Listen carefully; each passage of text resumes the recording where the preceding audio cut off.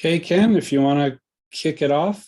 As Sure. Advance one slide, and let me just say thank you all for joining us. I'm Ken Benson. I'm the president and one of the co-founders of Oakland Firesafe Council. And I'm really glad that many of you here in the Bay Area are choosing to join us and maybe watch those warriors later. So I want to say thank you for all of you who have joined us tonight live for this very important topic. So if you got to go, go. Leave early or leave often, as I like to say. It's kind of like the old takeoff on the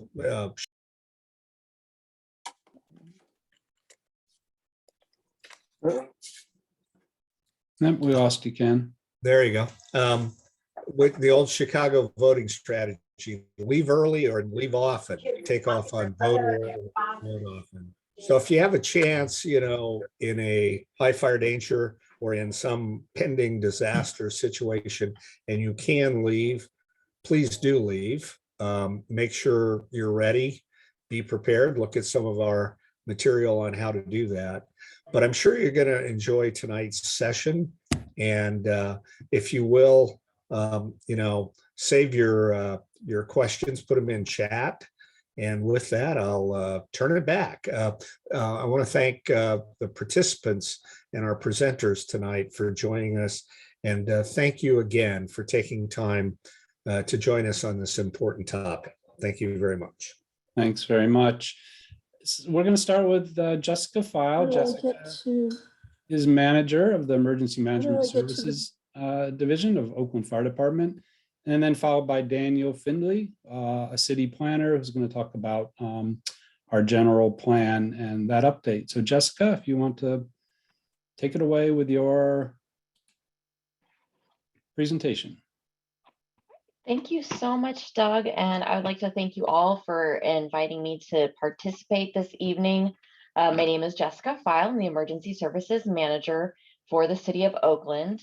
And part of the team, because it does take a team that works together to ensure that the city is prepared to respond to any type of disaster that may occur.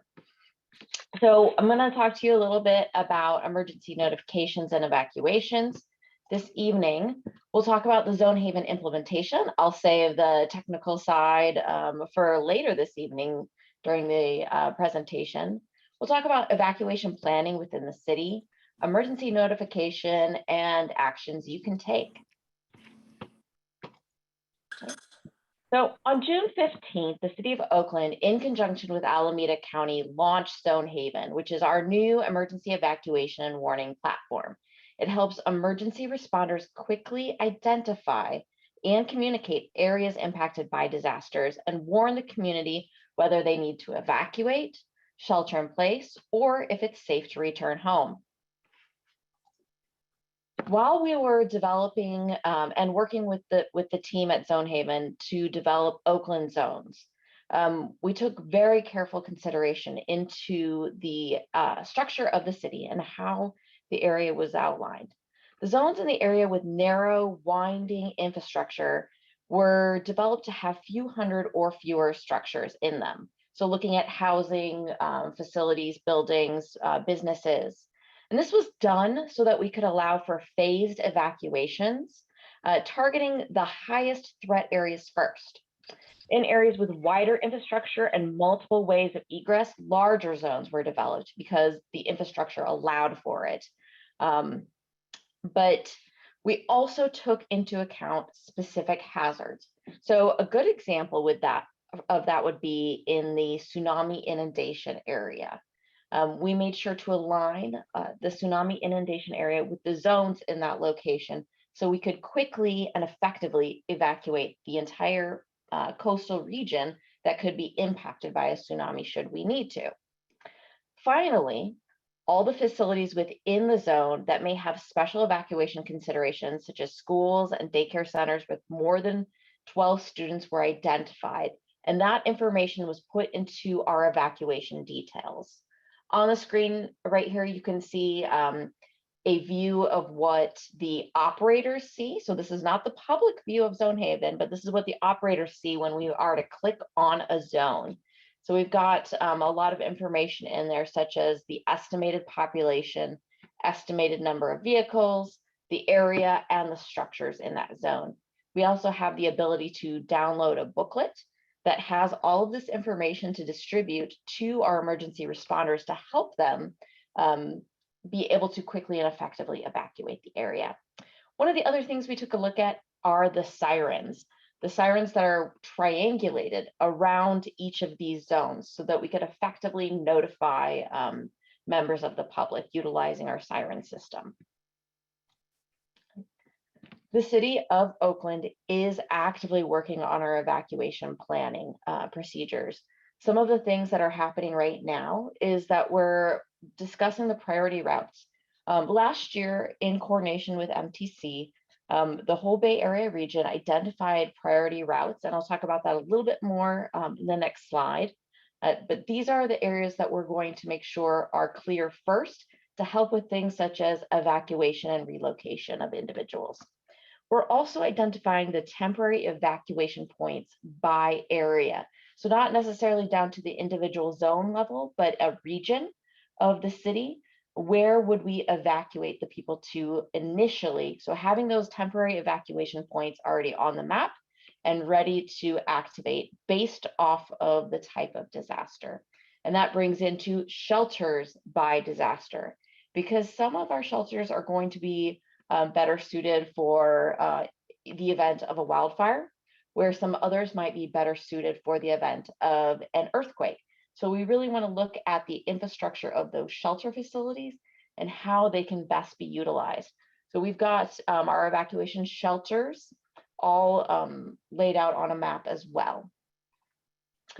Additionally, we are implementing sustainable responder training. It's very important to ensure that our first responders and our dispatch staff are all effectively trained on our processes and procedures when we are conducting an evacuation.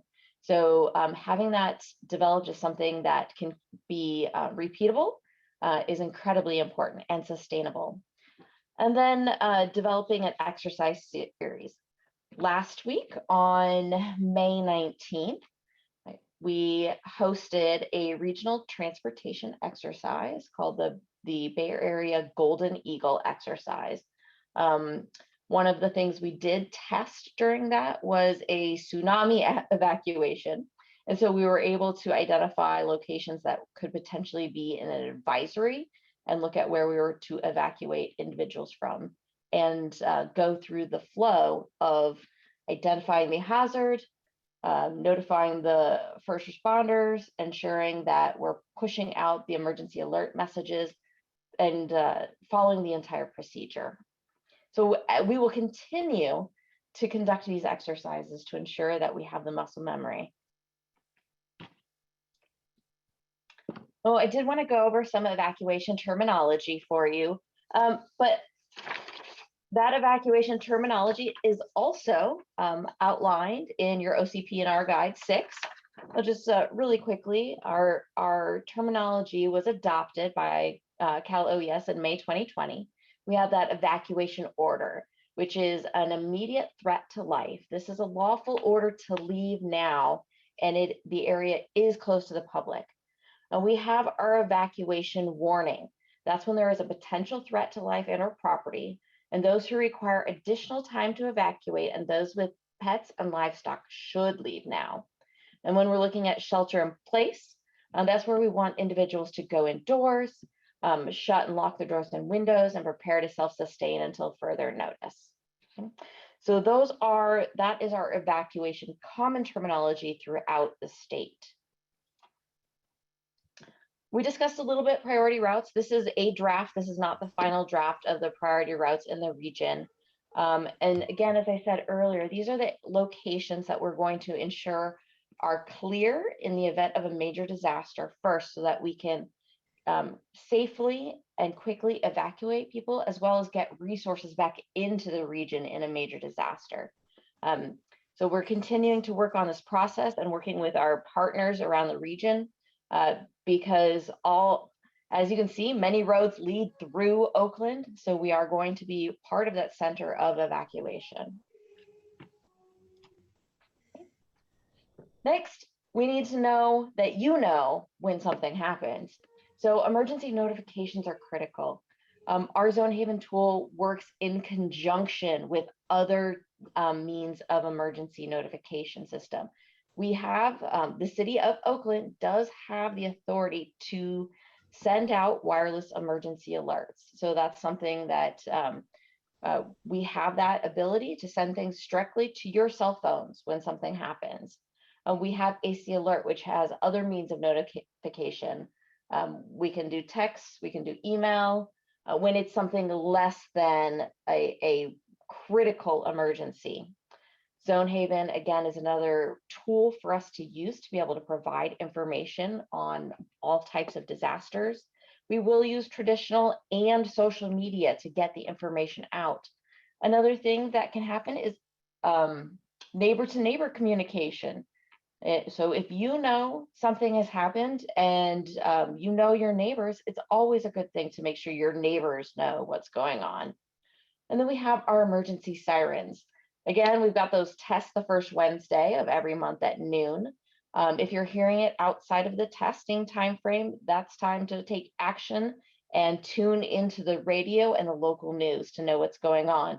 We do have a 3-minute fast wail, which means a fire.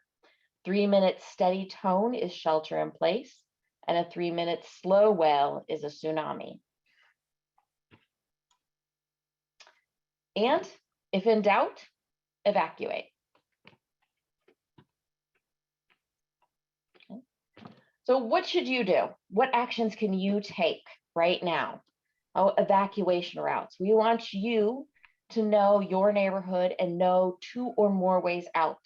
Some of us are very complacent when we go. I drive in and out of my neighborhood the same way every single day. So I challenge you to practice a different way in and out of your neighborhood, because if we don't practice it, we're not going to know it. We're not going to do it in an emergency. Your normal way may not be the best way for you to get out. Additionally, we need you to harden your home. Again, I'm gonna guide you back to the OCPNR guide number 9 for hardening your home, and it's got resources there for you. Go early if you need to. As soon as you are notified that there is an evacuation order, you should leave. And that's why we need to have that evacuation plan in place and have all of our tools and resources tested. If you are a member of the community with access and functional needs, or if you need additional time to evacuate, monitor those red flag events. We push that information out. The National Weather Service does it for a reason. So consider relocating prior to a fire during a red flag event. Additionally, again, sign up for AC alerts. We can't tell you that there's a problem if we can't reach you. We want you to know your zone. And we've been pushing that out through the community. Make sure you get on community.zonehaven.com and know your zone, write it down. Okay. And then we want you to be ready, create and maintain that defensible space and harden your home against flying embers. Get set, prepare your family and home ahead of time for the possibility of having to evacuate and the possibility of losing your home. And go. When wildfire strikes, go early for your safety. Oh, in California, wildfires aren't a question of if, but only a question of when. And if you choose to live near a natural area or a state where wildfires are a potential hazard, it's important for you to understand and to know those 3 simple steps of ready, set, go. Okay, and I know we're gonna wait till questions a little bit later, but I would be remiss if I didn't take this chance to announce that June is CERT month. And for more information about CERT and CERT month and some of our other programs, go to Ready Oakland to sign up for training and see what events we might have. And of course, we've always got our QR code to help you access those sites. So with that, I'll go ahead and turn it over to Daniel Findley. Thank you, Jessica. Great presentation. Good evening, everyone. My name is Daniel Findley. I'm a planner in the City of Oakland's Planning and Building Department. I'm part of the Strategic Planning Division, which is handles a lot of the long-range planning for the City of Oakland. So I'm here to just kind of give a brief introduction to sort of the main major project that the Planning Division is taking on right now. We are embarking on updating our general plan, which I'll go ahead and share the presentation. It's going to be taking place from now really until 2025. So invites public members of the public and all stakeholders who are interested in the general plan to really participate. And I'll share how methods to participate later on in the presentation. So I'm gonna go ahead and share my screen while I pull it up here.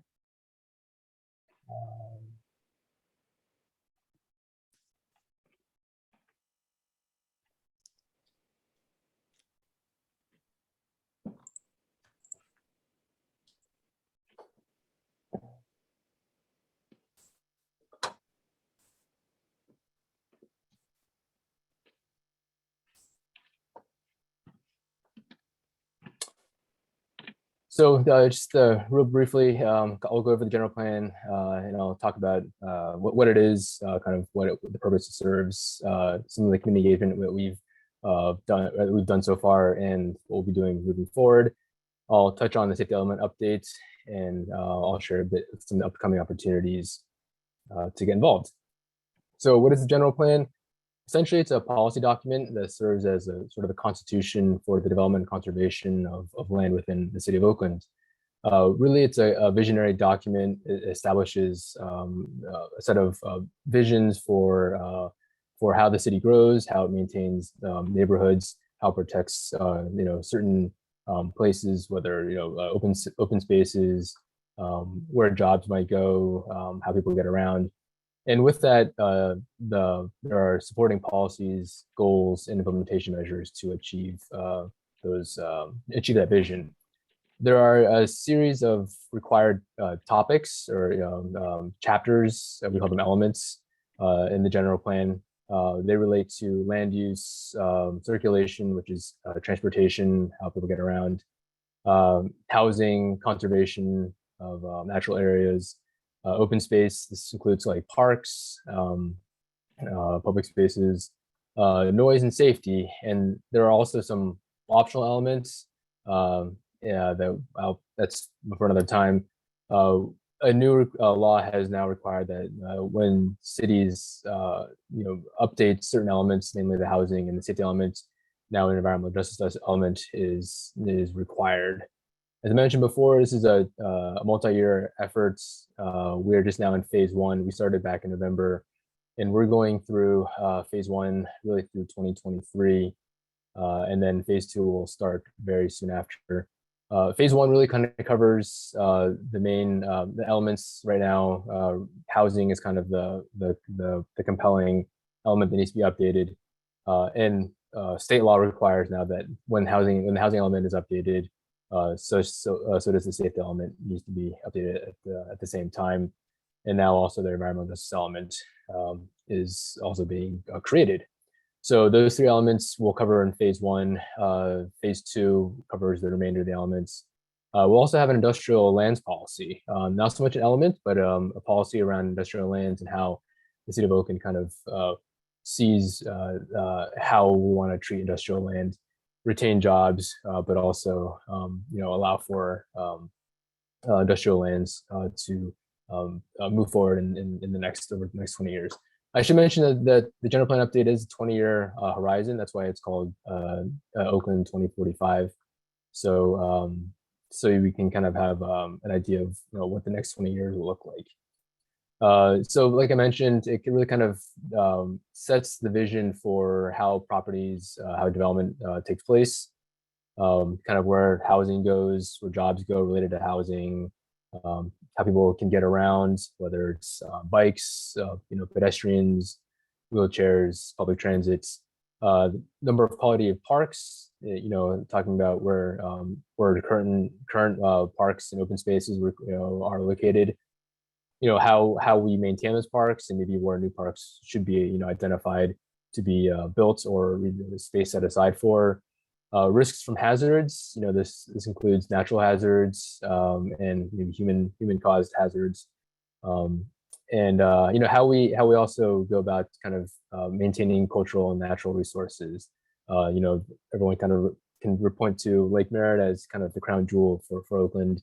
This is, how do we maintain those really kind of natural resources that also can maybe informally become kind of a cultural resource as well.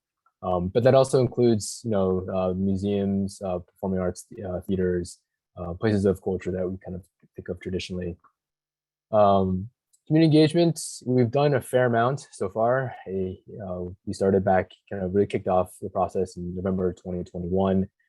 This is kind of just a handful of some of the organizations with whom we've collaborated and will continue to. Really kind of covering the entire span of Oakland, really trying to get organizations in all parts, East Oakland, Central Oakland, and East Oakland, West Oakland. On the right here, Daniel? Yes. Sorry to interrupt. Is there any way that you're able to kind of wrap this up? I want to make sure that we have enough time for Charlie and Zonehaven. Oh, absolutely, yeah. Thank you. I'll go ahead and just move forward, kind of the safety element update. So really, it's a required element of the general plan. It was adopted in 2004, amended most recently in 2021 with the adoption of the local hazard mitigation plan. Really, kind of there's three major pieces of legislation that was passed. Senate bills 379, 99, and 747. Dealing with kind of vulnerability, climate change, and how the city addresses climate change and the impacts of climate change moving forward. So you'll see in the safety element updates vulnerability assessments and adaptation strategies for dealing with the impacts of climate change.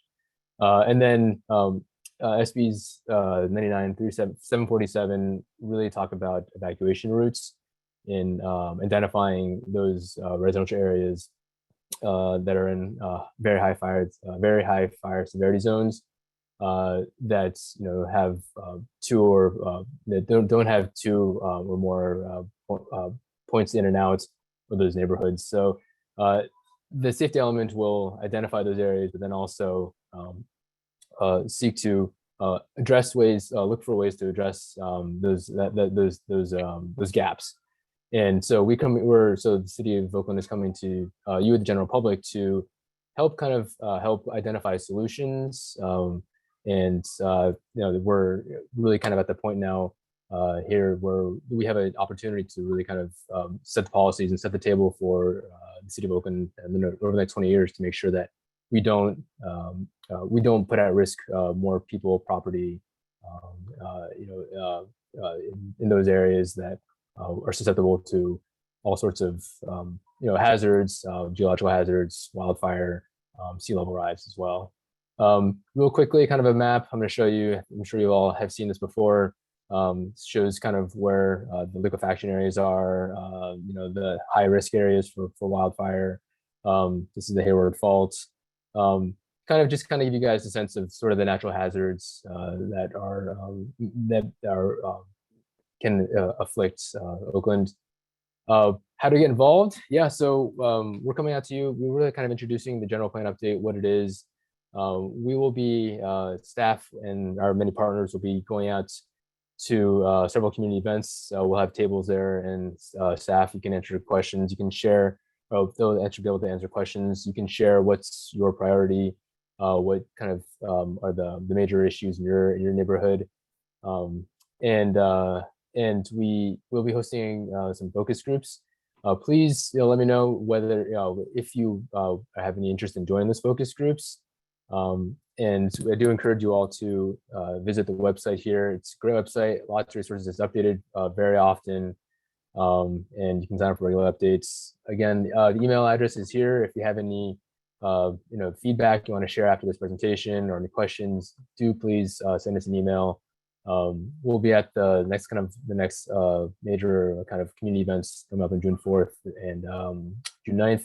There's all opportunities to come talk about safety and how it interplays with the entire general plan update. So again, my name is Daniel Findley. Thank you so much for giving me this opportunity to talk to you all. And I'll stick around towards the end of the remainder of tonight's meeting to answer any questions you might have. Thank you.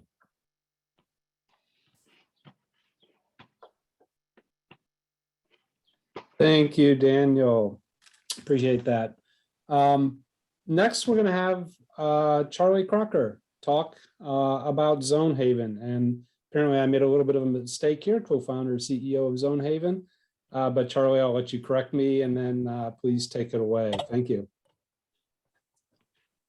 Right. The only correction is that we're now part of another company. So I'm no longer the CEO. So, but I am the co-founder of Zonehaven. We built Zonehaven out after the wildfires in California over the last several years. We worked with people in Alameda County, San Mateo County, and Contra Costa County to figure out how to make this application work. And now we're starting to see it blossom across the state and moving into many other states in the US and even some opportunities international. So I'm going to go very quickly through a couple slides and then I'll walk you through the actual application. Jessica's already kind of given you some context for how they're using it, but I want to give you a little background for how we got here. Over the last few years, we've seen such a huge uptick in the destruction and size of wildfires. This is a list of the 20 most destructive wildfires in California. 7 of those fires happened in the last 2 years. So we've really seen a change. And as Jessica said, it's not a matter of if we're going to have wildfires, it's a matter of when. 2 years ago, the CZU Lightning Complex fire, which is number 12 on this, burned through what they called the asbestos forest. They never expected it to burn in the redwoods of the Santa Cruz Mountains. And we had a huge fire with over 70,000 people evacuated. In the past, evacuations would have defined after the fire happened. And so it took some time to figure out where you were going to send people and how you were going to translate information that was drawn on a map and get that out to the general public. But as Jessica stated, they've already defined all the zones, they've already defined all the shelters, they've already figured out where the evacuation routes are. All of this information was done now beforehand so that the evacuations can happen much more quickly. And then getting that message out can be difficult. So there are a lot of different ways people expect to receive information from your local news, from Facebook, from your AC alert system. So with the application, we're able to feed information directly into all of these different systems and at the same time give you an immediate view into what the evacuation status is of those zones through the community application. So very quickly, I'll walk through the last year's fire season. So Zonehaven has been around for a few years. In 2020, we participated in 2 large fires, the Glass Fire and the CZU Complex Fire. And then in 2021, we participated in over 40 different incidents. Here's a list of fires, in addition to debris flows, active shooter, tsunami events as well. And what you see here in these numbers is many of these fires actually cross jurisdictional boundaries. We know the Oakland Hills, for example, share a border with Contra Costa County, both the El Cerrito side and Orinda and some of the county lands up in that area. So if you were to have a large incident in that area, most likely there would be coordination needed between the agencies. And so by having both Alameda County and Contra Costa County using a common language, a common evacuation platform, it's going to make it much easier for people to communicate and for you to understand what's going on. Here's an example in last fire season. There was a fire, the Dixie Fire in Northern California. It crossed 5 different counties, Shasta, Tehama, Plumas, Butte, and Lassen County. And when the fire first started, there were 3 or 4 different maps showing different areas being under an evacuation. So if you, and here's somebody on Twitter who said, one of the problems we have here is that we have separate evacuation platforms that involve 4 counties, 3 different websites. And if I go to one site, it may show something is not under evacuation. I go to another site and it doesn't. So within about a week of the fire starting, we were able to get everybody onto a common platform, and it made it much easier for both the incident command folks and for the public to understand what's going on. And this last weekend, the Pope Fire broke out in Napa County. Luckily, the winds were only around 8 to 10 miles per hour. The folks on the ground in Napa were able to run a fire simulation in the tool and determine that the fire was not going to move that quickly. They were able to then do an evacuation in the direction of the fire, and stuff in yellow is where they put it under an evacuation warning. This lasted for about 7 or 8 hours, and then luckily they were able to get that fire out. 2 days before that in Yuba County, the same thing happened. Yuba County put one zone eventually under an evacuation order. Blue is advisory, yellow is evacuation warning. And the key thing here is in both cases, they were able to get these up and running within minutes of the decision being made to evacuate, rather than having to spend the time translating from hard copy maps and calling people and figuring that out. In addition, in Napa County, here you can see road closures. So you'll see road closures and you'll see shelters being turned on by your agencies so that you always know what the current status is of the zone, where the road closures and traffic control points are, and where you should be headed. Another example in this last season, the Emerald Fire in February in Laguna Beach. Laguna Beach is using the Genasys speakers, similar to Berkeley. You can see them here. Oakland has the Sirens, and so I just want to say how valuable those are, because in Laguna Beach they use the speaker systems for about a day and a half in order to keep communicating to people what to do and how to get out of harm's way. And the good thing is you don't have to turn on all of the sirens at once. You can turn the ones on in the areas where the fire is happening. So this stuff is real. These fires are happening. This is stuff that's happened in the last couple of months. So with Zonehaven, the agencies are able to, from a single platform, get information out to the community site, which is called Aware, integrate directly with Waze and into the AC alert system and other tools that are used by the agencies, deliver to social media, email, and press releases. And then they're also able to generate these fire simulations so that you can very quickly put a point on a map and make a decision. Is there a possibility that this fire is going to get out of our hands quickly? And if so, we should institute an evacuation very quickly. Here's an image from Lassen County from their computer dispatch. One of the things that they told us during the Dixie Fire is that by having that common map that the general public, could go to look at, drastically reduced the number of calls coming into the computer to dispatch folks, which really allowed them to focus on emergencies where people needed help. So knowing your zone, knowing how to get access to the website so that you'd always know what the current status is, and getting out of harm's way as quickly as possible was mission critical here.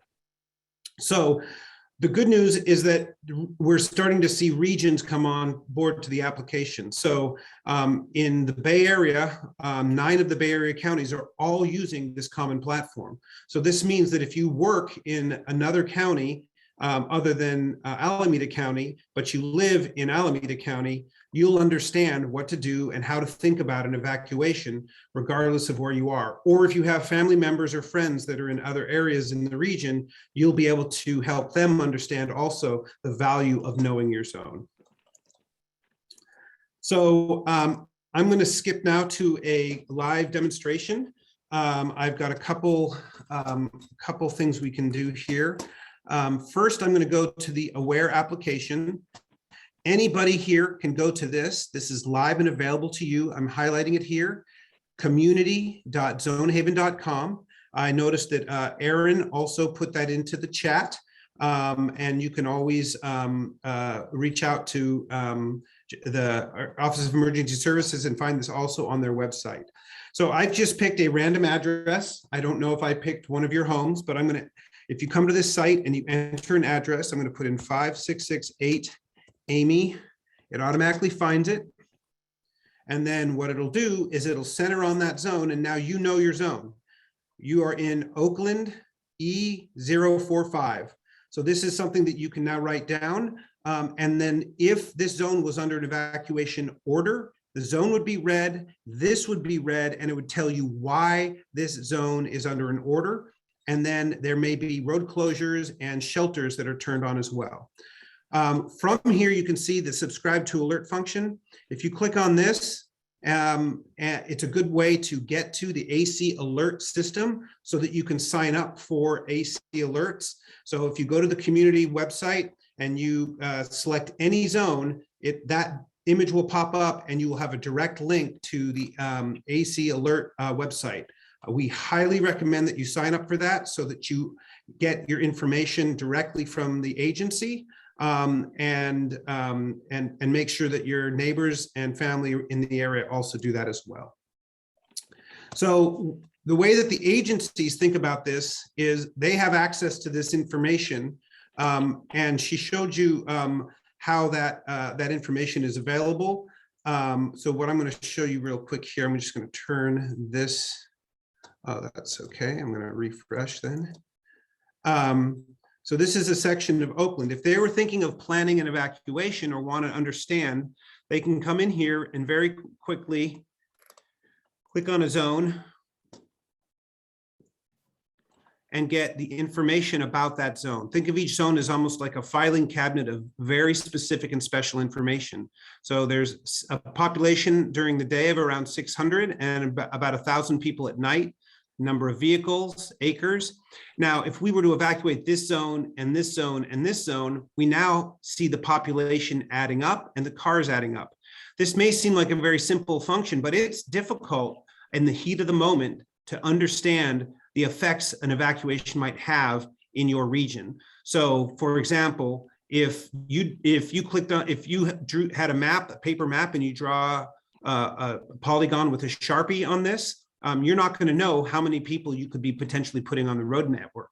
And then in addition, we provide a tool for the agencies to be able to look at the potential number of cars that would be going to those locations. And so now we can see that if we were to evacuate these areas, it's likely that we'd be sending 1,000 cars to this intersection, getting onto the 13, and maybe around 600 cars to this intersection. And then if we start adding additional areas, we'll start to see that those numbers get bigger and bigger, and we're going to make sure we have traffic control points there. I've also prepared a fire here to show you. This is a potential fire that could happen in the hills, in the Oakland Hills. This is assuming very extreme conditions. And so if there was a small fire start here, the agency could put that information in, and then they can look at the progress. So within the first 2 hours, the fire wouldn't have moved very much. Hour 3, it starts to get bigger and there's some spotting. Hour 4, it starts to move into some of the neighborhoods. Hour 5 and 6, it gets bigger. And each time this happens, they start to understand the population, the number of vehicles, et cetera, that could be affected by this fire. And then now, this is assuming, of course, there's no fire suppression in this model. But it gives context for the agency to say, you know, this could get out of hand. Let's start warning people. Unlike the Napa fire, where we ran that fire, there was really no wind, and people were very confident that they would be able to get that under control. So they made the evacuation a little bit smaller than they would have otherwise. So once again, highly recommend that you come to community.zonehaven.com. You enter in your address, you figure out your zone, you write that down, and that you subscribe to the AC alert system. That's all I had for today, but I'm happy to answer any questions with the rest of the group. Thank you, Charlie. That was good. That was great information. Yeah, there are a number of questions that did pop up in the chat, and Jen and I can go through those, and I don't know that we'll be able to get to everyone in the next 10 minutes or so, but let's do our best to answer some of these questions. Jen, did you want to take one? So kind of dialing all the way back, we have one from Nancy that says, will Zonehaven notify us of the exact location of the trouble so we know which way is the safest route for evacuation. This is critical in the hills. Jessica, is that something you want to answer? Absolutely, I Thank can you. take that one. So Zonehaven will not notify you of the exact area of the hazard. That will be coming out in the emergency alerts. And that's why Charlie was talking about how important it is for you to go ahead and sign up for those emergency alerts. We will put a notification as to which direction to go away from the hazard. And if there's anything else you'd like to add. Yeah, I mean, the fires move very quickly, and the ability for us to gather that data and make it available is, it can sometimes be difficult. And so we will always provide you with whatever the agencies and the fire department have, and they have the most current information. So, keep yourself aware, go to the site and see the latest alert. But we won't be putting on a polygon, for example, of the border of the fire, because that polygon could be 8 hours out of date, and the fire could have moved in a big way. And to that point, timely, accurate information is critical. Thank you both. And I just want to reiterate, Aaron from Zonehaven noted in the chat to find your zone at community.zonehaven.com. Charlie noted that, and Jessica too, but just to reiterate, if you haven't yet, if you don't know your zone, go to community.zonehaven.com, put your address in like Charlie did, and then look at your zone number. In Oakland, it'll be OKL-E and then a 3-digit number. Write that number down, tape it to the inside of your door, memorize it, make sure everyone in your family knows it. Thank you. So there was a question, are there examples of the Oakland Sirens, the sounds they make? I don't have any files of the siren sounds. I don't either. I don't know if I've That's seen a it. great idea, though. Love that idea. We'll have to do a little research on that and see what we can do. I like it. Here's a question. When an evacuation order is given, what happens if the public members refuse to leave? So under California Penal Code, the local city law enforcement does have authority to mandate the personnel to evacuate. But I do not see that being a physical removal of a person. And I know in multiple situations, people have refused to leave. So One thing I'll say is we saw this happen in a couple different fires. And what's kind of sad about it is often the people that stay behind end up needing to be rescued, which means that those resources are pulled off the front fire line and other people's houses end up burning. So it's really encouraged that everyone leaves when they're told to. Otherwise, you end up potentially, really affecting the overall ability to fight the fire. Thank you. Next question, is there a plan to have enough emergency dispatch staff working during an emergency? Understanding is that Oakland is short-staffed. I want to reiterate something that Charlie talked about during the presentation, which was your ability to go and look at Zonehaven to get that information so you don't have to call 911 to know where the hazard is. And also, signing up for those emergency alerts so we can push that information to you. And that will take a lot of the load off of our dispatch staff. For your information, we have 2 new dispatchers in training. We have recently hired a new dispatch manager. So we're very excited, and we are looking to hire additional dispatchers. So the staff is growing, but there will never be enough. Thank you. The next question, what if a car breaks down or runs out of gas and blocks the road? That is a definite challenge that may happen. First of all, my request to you is keep your vehicle greater than half full. I understand with today's gas prices that may require, a loan to get that done, but please try to keep your vehicle over halfway full at all times. So in the event that you have to evacuate, you have the capacity to do so. If a vehicle does break down on the side of the road, and we don't have emergency services personnel in the area at that immediate time, that's where we look to our neighbors, helping neighbors to move that vehicle off the side of the road and take those individuals and help get them out. That's what we really would hope to see, is our neighbors helping each other. And that's really part of our community emergency response process. One other thing I'd like to say is that when you leave with the fewest cars possible. We've seen many fires where a single house will leave with an RV and 5 cars, and it will just crowd the road. The best thing you can do is fit as many people as you can so that the roads do not get crowded. And I'm going to take just a little bit more to pile on to that. A recent paper that was published by UC Berkeley, researchers recreated the wildfire model of the 1991 Oakland Hills fire, and developed scenarios comparing variables such as fire speed, evacuation behavior, and response policies. And based on the model, it showed that the number of vehicles people take has the biggest impact on evacuation time. So please, fewest vehicles possible. Thank you. Jen, you want to grab the next one? Sure. Are we down to, is there an evacuation plan for those of us who do not drive? Is there an evacuation plan for those of us in the flatlands? Great question. So, Jessica? sure.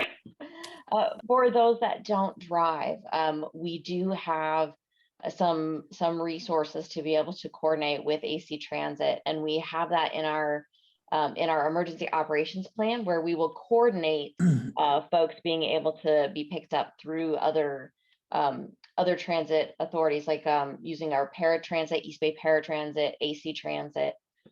Understanding if it's a regional incident, those resources will be stretched thin. So if we're looking at an earthquake type scenario, a fire will be more localized. And also, again, I would like to go back to neighbors knowing neighbors and supporting your neighbors. That is really important, because that would be the fastest way. But without that being the case, yes, there are resources available that we will activate to support getting people out. Flatlands, we have a much broader infrastructure for being able to evacuate. There are many more roadways out of the areas in the flats, but we still have identified priority routes in the flats to be able to clear first and ensure we are getting those roadways open and ready to evacuate people. Thank you. How would people get hooked up with those resources that you were talking about? Oh, and that's where calling 911 would be important. We can also push that through 211 to make sure that. Okay, yeah. That's 211 Eden INR. I'll put that in the chat. And next questions. Are sirens ever tested to ensure they work when needed and that residents know what they sound like? So we have our sirens tested the first Wednesday of the month at noon, but they only do the slow wail during that test. So you only hear the one tone.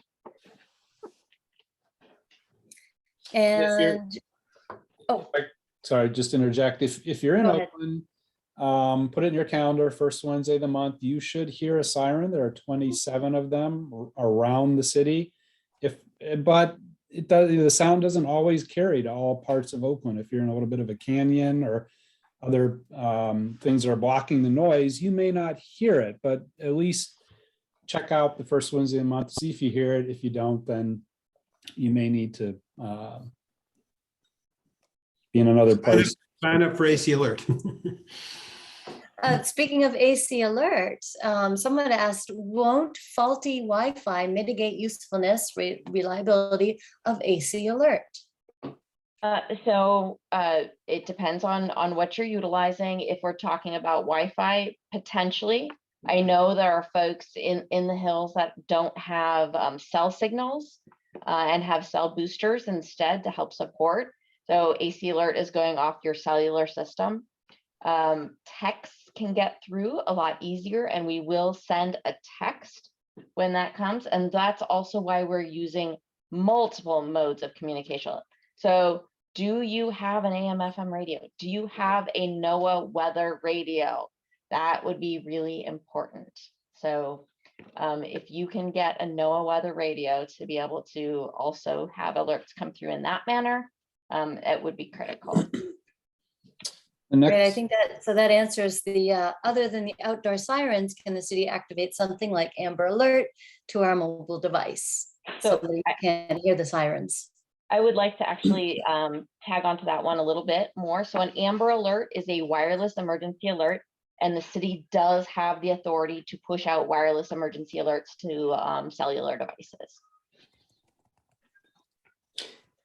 Thank you. And then the second part of that question is, I live by one of the sirens in the hills and I do not hear it when I'm inside my home. Here's a tip, especially on red flag warning days when we know that the fire danger is very high. Open a window. It would maybe allow you to hear the siren better. So just a tip.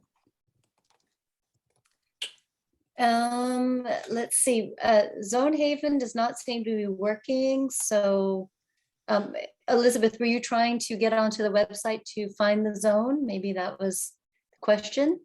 And then we've got a hand up with Diane.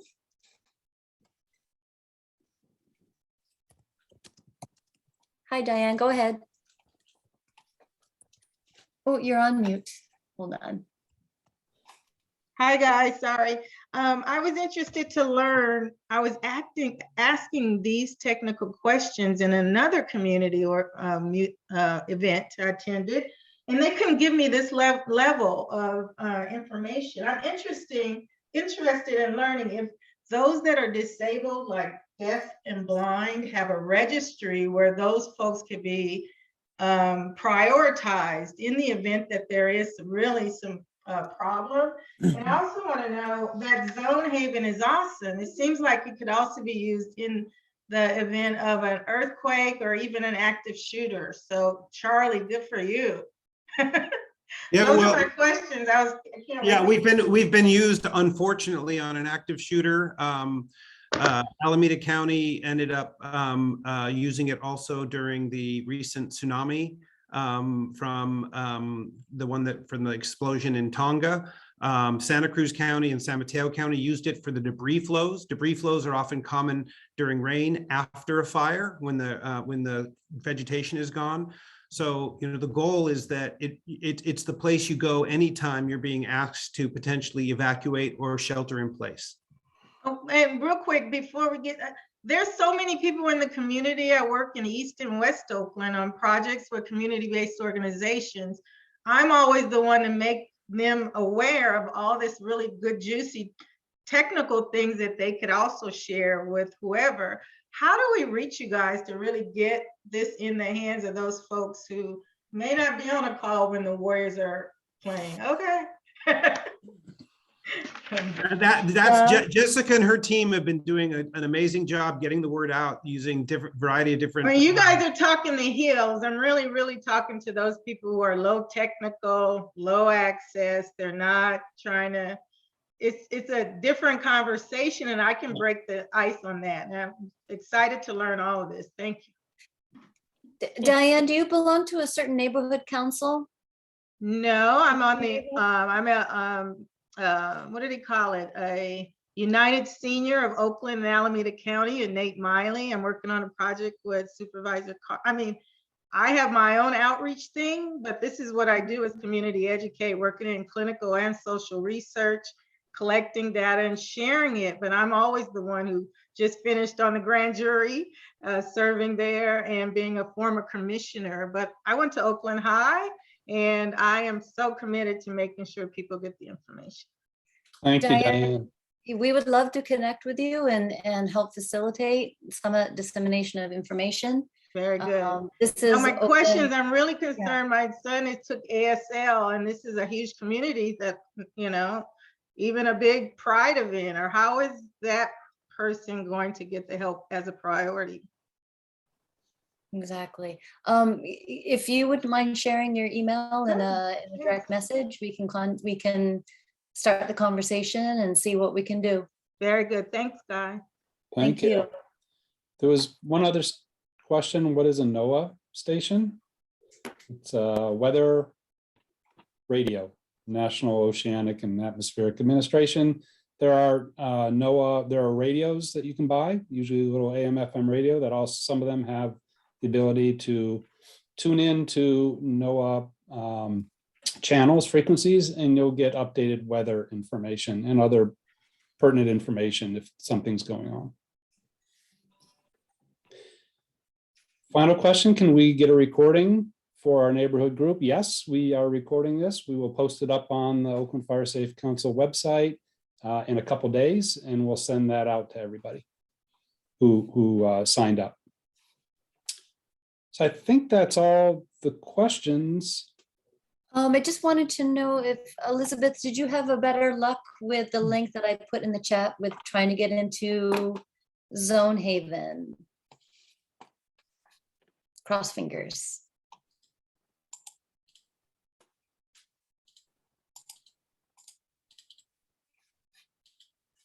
Okay.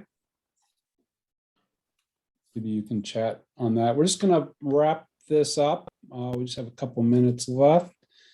We wanted to note the guides that we have. This is our Oakland Community Preparedness and Response Guides. And thanks, Jessica, for giving a shout out on some of these. So if you go to our website, oaklandcpnr.org, we have a guide on Zonehaven, which is, you can see right there on the screen. Take a look. It's just a summary information on what Zonehaven does, and it has the link community.zonehaven.com. We have a guide on getting notifications and warnings for Oakland on what's going on, personal and family preparedness, emergency planning, creating your family emergency plan. Our guide number 6, emergency evacuations, has a lot of information on what to do to prepare for, and then to actually take part in an evacuation or shelter in place. And then our guide number 7 has a couple of checklists for evacuation and go bag items. So we hope you check those out. Next, just wrapping up here, wanted Ken, did you want to, is Ken still on? Ken may be watching the game. Ken's so we want to note that our next Oakland Firesafe Council meeting, the June meeting, is June 18th at 10:30. Public is welcome. Go to our website, oaklandfiresafecouncil.org, look under events, and the information will be there to attend our meeting at 10:30 a.m. on Saturday, June 18th. If you're interested, we have Oakland Firesafe Council swag, this beautiful hat for sale, $25. That's our cost. If you're interested, go to the oaklandfiresafecouncil.org and fill out the contact form. We'll get one of these to you. They're wonderful. And then Jen, you want to note our newsletter? Sure. If you haven't already, we encourage you to sign up for our newsletter. We send it out every couple weeks or so, and we've got lots of helpful tips on disaster preparedness, and we really try and tailor it towards the Oakland communities, surrounding communities, so that the information is pertinent to everyone. And yeah, so please go to the Oakland Firesafe Council website and click the subscribe button. And we promise not to spam you, or we don't give out your information.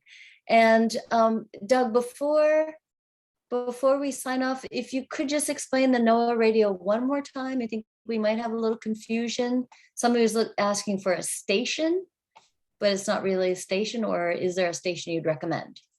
Well, NOAA radios have either 6 or 11 channels or frequencies that they broadcast on. So if you get a radio, an FM portable radio that has NOAA capability that can pick up those NOAA channels, you just check each channel until you get one that's local and that you can hear it. Oh, goody. Look at that. Awesome. Thank you, Charlie. Thank you for sharing that. And if there's further confusion on that, feel free to contact us at Oakland Community Preparedness and Response. Give us a call, send us an email, or Oakland Firesafe Council. and we can help you personally on a more personal level if you have more questions about that. Yeah, so thank you very much. First, of course, want to thank our speakers tonight, Jessica, Daniel, and Charlie. That was awesome, great information. And thanks everyone for attending. I know it's again, Warriors game, go Dubs, but we appreciate everybody. And again, this is recorded. We'll get the link up. And if there are any other questions, please go to our website. We have a contact form. You can type in your question. We'll get that and we'll get right back to you. So thanks again very much, and please stay safe. Thank you. Thank you all. Thank you, everyone. Have a good night. Thank you, everybody, for joining us.